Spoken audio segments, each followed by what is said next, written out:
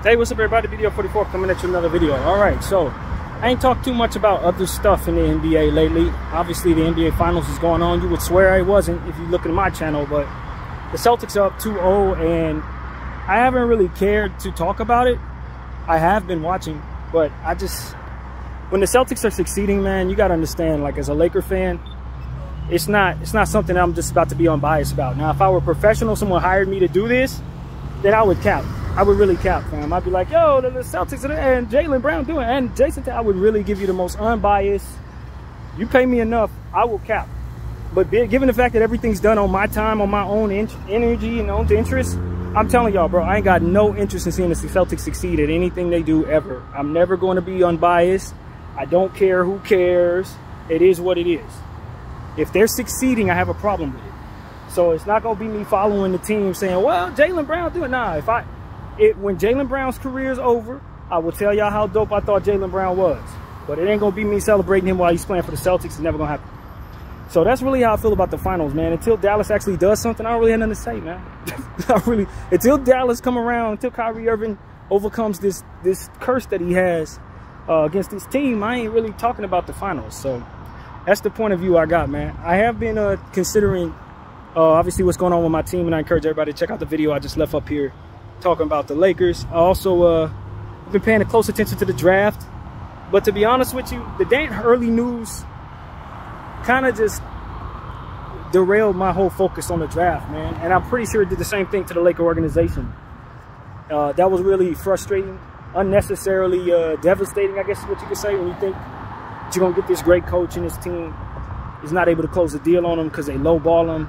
$30 million less than what's been reported, 2 years less than what's been reported. It just gets to a point where you're like, all right, man, I really don't find myself as enthusiastic about the draft because they introduced this guy as the potential coach, and I start thinking about what our franchise is going to look like if he's the coach, bringing in draft picks that fit what he wants.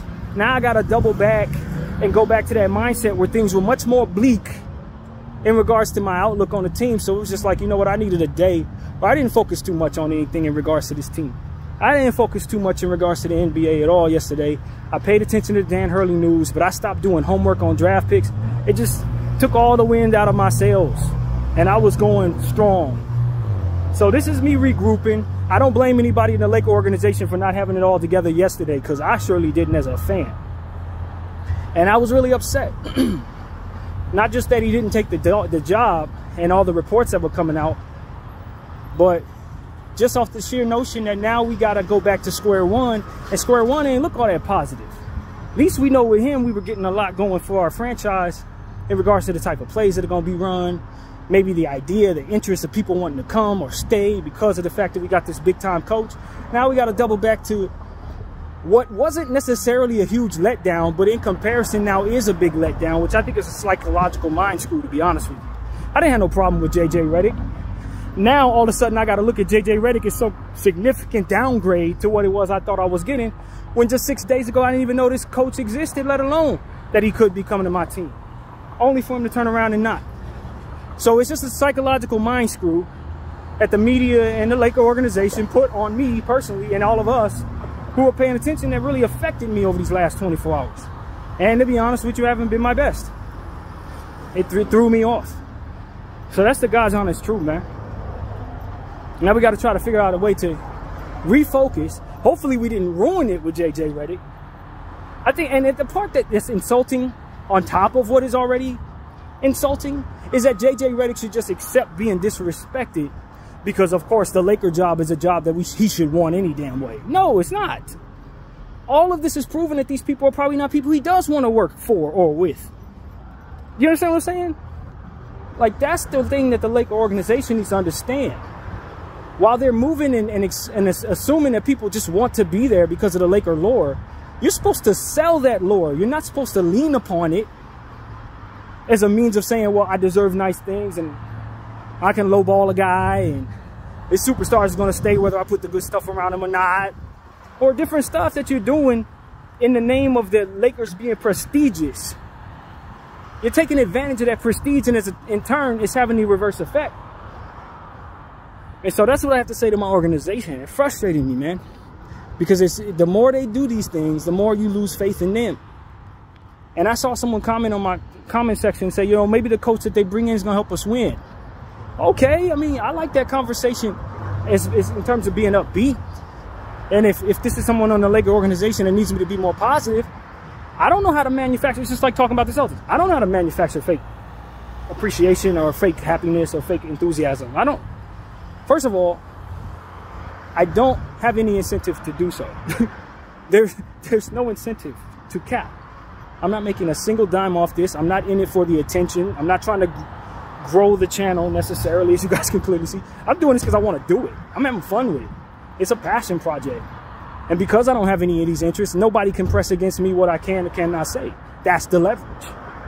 It's very expensive to have full range of freedom. And what you have to undo is the notion that other people's measures or what success is supposed to mean is something you're supposed to have. Because as long as you're a slave to success, you're not going to do all that I want to do in regards to letting my word and my opinion be fully authentic. And move about this thing the way I want to, putting into it what I want to put into it. That's the freedom of not being a slave to success. So for me, it's like, I say, I like the idea of being positive, but it's because I like the idea of being positive, not because anybody told me I need to be positive. So I will accept that and say, yeah, maybe the next coach will be great. But because my brain works the way that it does, I don't actually think that it's about that. It's about us doing things that help that coach. You see what I'm saying? He can always come in and get the most if he's good at what he does. But if we aren't doing what we need to do as an organization, he can come in whatever plays he wants. If the roster's misconstructed, it's not going to work out. And it's going to equate to him looking like he's doing a bad job, and you're going to want to fire him. So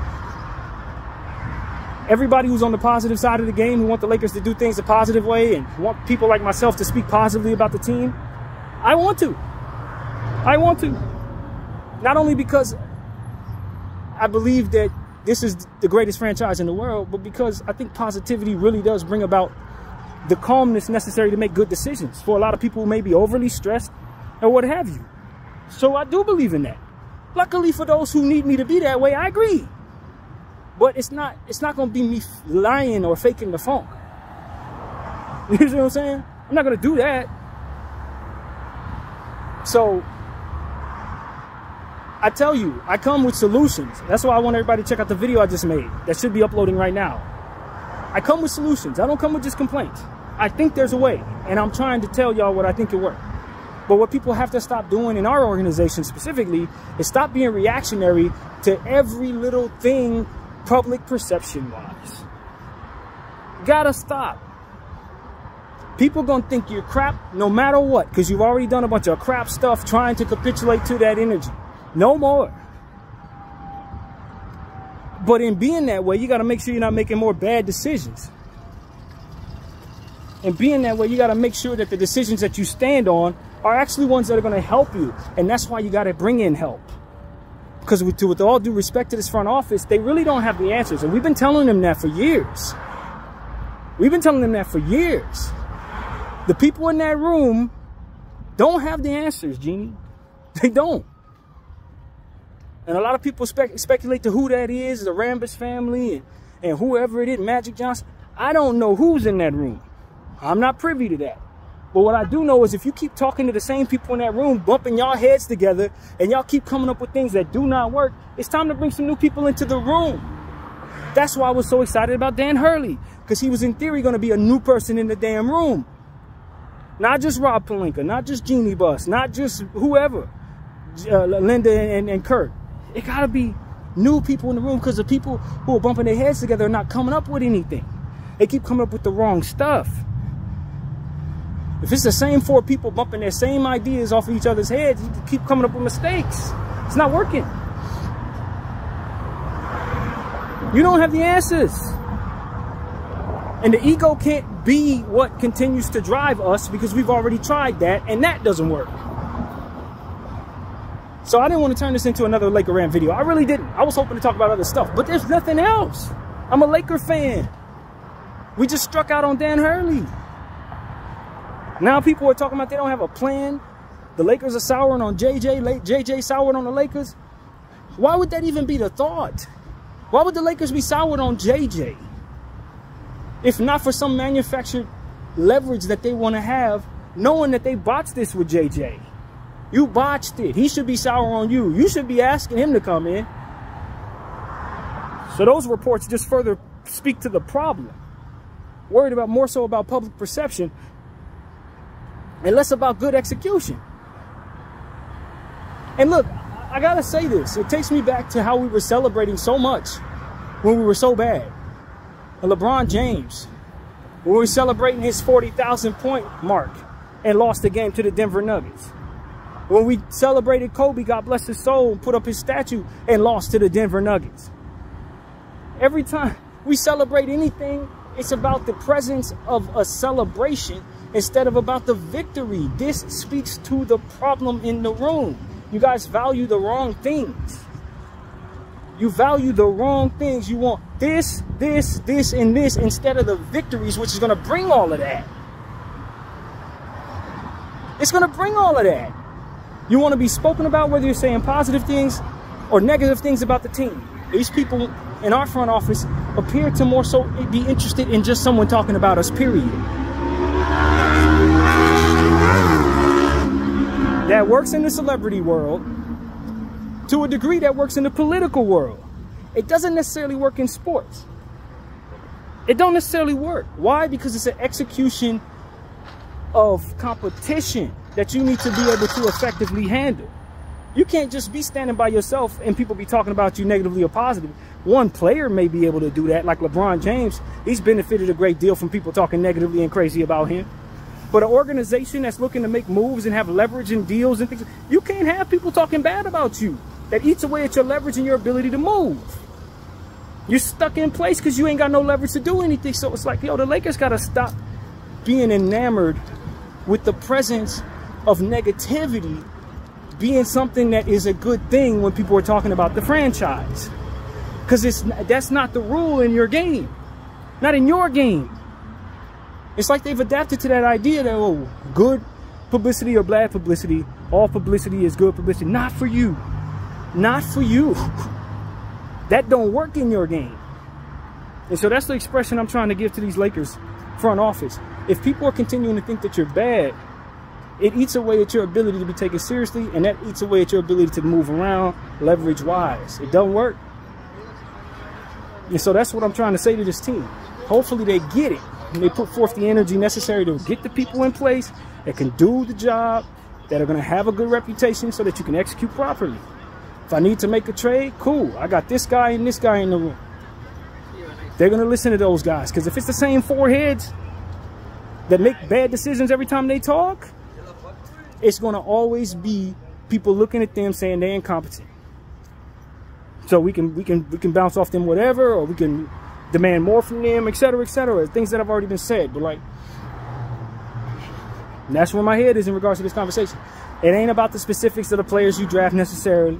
It ain't about, man, we got to pivot to another coach. All of that are things that need to be executed properly.